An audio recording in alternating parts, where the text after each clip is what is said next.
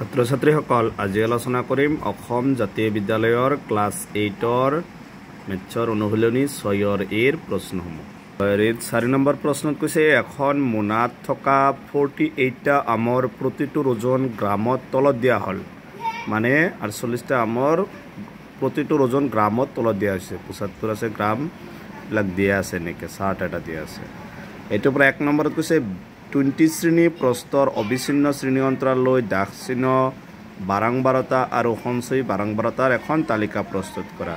1 নম্বৰটোত আমি বাৰংবাৰতাৰ তালিকা প্ৰস্তুত কৰিম। 2 নম্বৰত 140 গ্ৰামতকৈ কম ওজনৰ আম কিমানটা আছে আৰু 3 নম্বৰ দিছে 180 গ্ৰাম বা তাতকৈ বেছি ওজনৰ আম কিমানটা আছে। প্ৰথমে আমি এটা শ্ৰেণী অন্তৰাল বনাই ল'ম। চাবা ইয়াত আটাইতকৈ সৰু সংখ্যা কি আছে চাবা। ইয়াত সৰু সংখ্যা আছে 71। গতিকে আমি যেটো 20 শ্ৰেণীৰ ল'ব দিছে গতিকে আমি 60ৰ পৰা 80 লৈকে ধৰিম। তাৰপিছত 80ৰ পৰা 100 এনেকৈ আমি একদম 195 আছে হাইষ্ট। গতিকে আমি 200 লৈকে বনাই ল'ম। গতিকে এনেকৈ বনাই লৈছোঁ যে শ্ৰেণী অন্তৰাল লিখিছোঁ দাগ চিহ্ন বাৰংবাৰতা আৰু সঞ্চয়ী বাৰংবাৰতা। আৰু এইটোত আৰু এটা কৰিব পাৰি অবিচ্ছিন্ন শ্ৰেণী অন্তৰাল, এইটো দশমিকত আহে, এইটো কৰিলেও হ'ব, কৰিলেও পাৰিবা। তাৰপিছত প্ৰথমটো চাবা শ্ৰেণী অন্তৰাল 60ৰ পৰা 80, 80ৰ পৰা 100, 20কে আমি ধৰিছোঁ। যিটো আমাক কৈছে 20 শ্ৰেণীৰ প্ৰস্ত ল'ব দিছে। তাৰপিছত 100ৰ পৰা 120, 100ৰ পৰা 140, 140ৰ পৰা 160, 160ৰ পৰা 180, 180ৰ পৰা 200, কাৰণ আমাৰ হাইষ্টটো কিমান আছিল 195। গতিকে এতিয়া চাবা আমি প্ৰথমে 60ৰ পৰা 80 মানে 60ৰ পৰা 79 লৈকে কিমানটা আছে আমি সেইকেইটা ওলাম। প্ৰথমে 80টো ধৰিব নোৱাৰিব কাৰণ 80টো ইয়াত আছে। ইয়াৰ পিছততো 80ৰ পৰা কিমান হ'ব 99। প্ৰথমে এবাৰ আমি 60ৰ পৰা 79 লৈকে বিচাৰিম। 60ৰ পৰা 79 এটা দুটা তিনিটা আটাইতকৈ সৰু 62 আছে। গতিকে ঠিক আছে, মোক 72 কৈছিলোঁ, 62 আছে। তিনিটা হ'ল,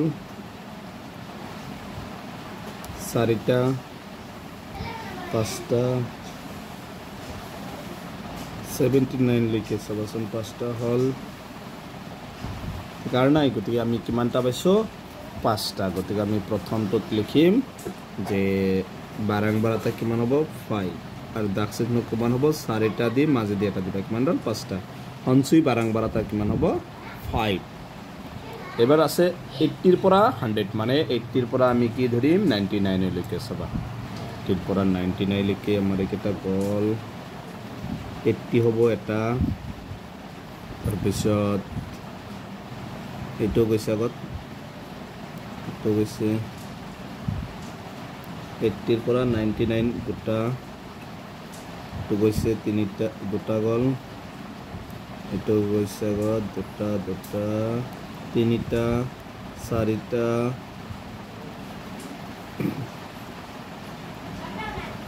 কিমানটা আছে 4টা। গতিকে আমি এইবাৰ লিখিব পাৰিম যে 4টা। বাৰংবাৰতা আছে 4, দাগ চিহ্ন কিমান দিবা 4টা। আৰু সঞ্চয়ী বাৰংবাৰতাত কি হ'ব এই 5 আছে, প্ৰথমটো 5ৰ লগত এই 4টো প্লাছ হৈ থাকিব, মানে 5 4 9, এইটো হৈছে সঞ্চয়ী বাৰংবাৰতা। ইয়াৰ পিছত আছে 100ৰ পৰা 120 মানে 119 লৈকে চাম। চাবা 100ৰ পৰা 119,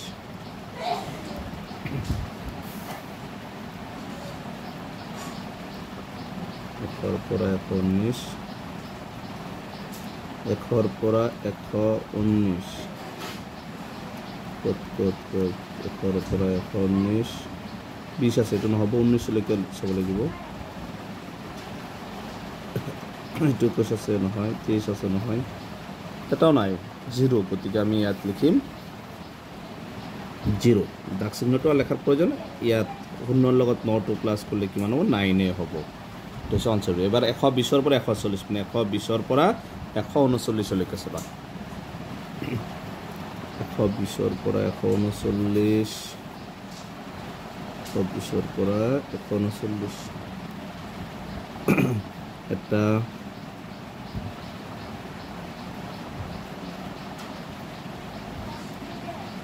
দুটা, তিনিটা, চাৰিটা,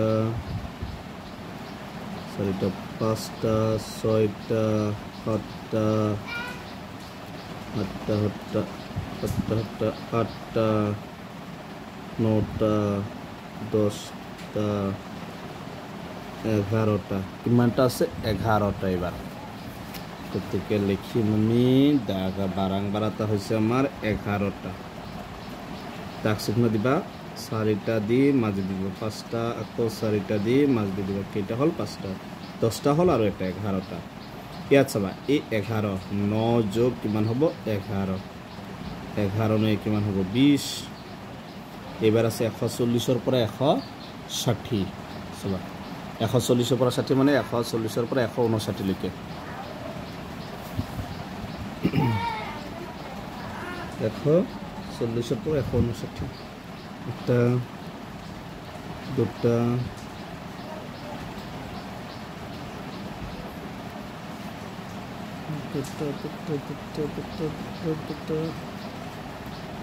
তিনটা চাৰিটা পাঁচটা ছয়টা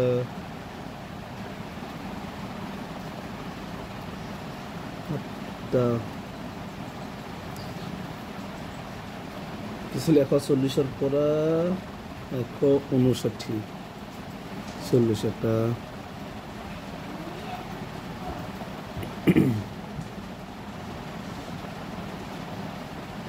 দুটা itu sejuta দুটা itu itu নহয় 59 লৈকে আছিল এটা দুটা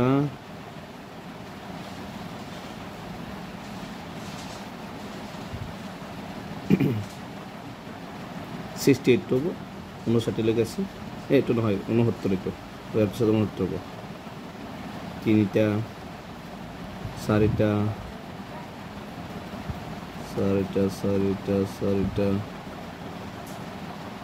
পাঁচটা ছয়টা সাতটা আটটা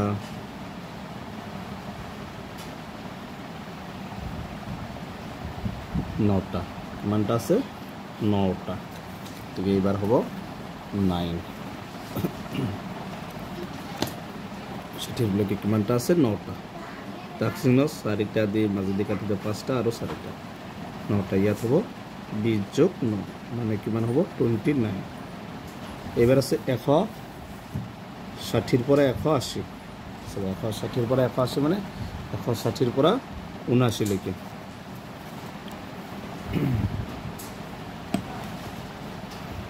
ষাঠি বাসে দুটা তিনিটা চাৰিটা পাঁচটা ছয়টা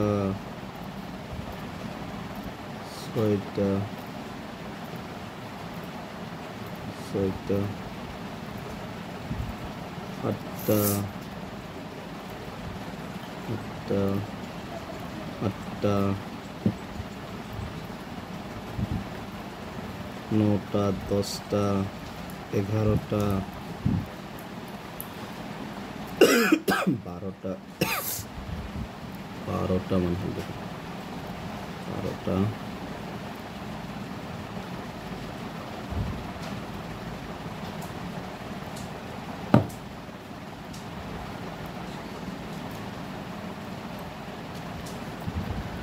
একবাৰ চাও 160 পৰা 179 এটা দুটা তিনিটা চাৰিটা পাঁচটা ছয়টা সাতটা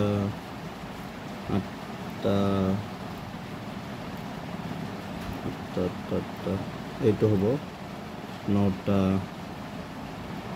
10টা 11 12 13 14 15 আছে 15টা আছে ন 199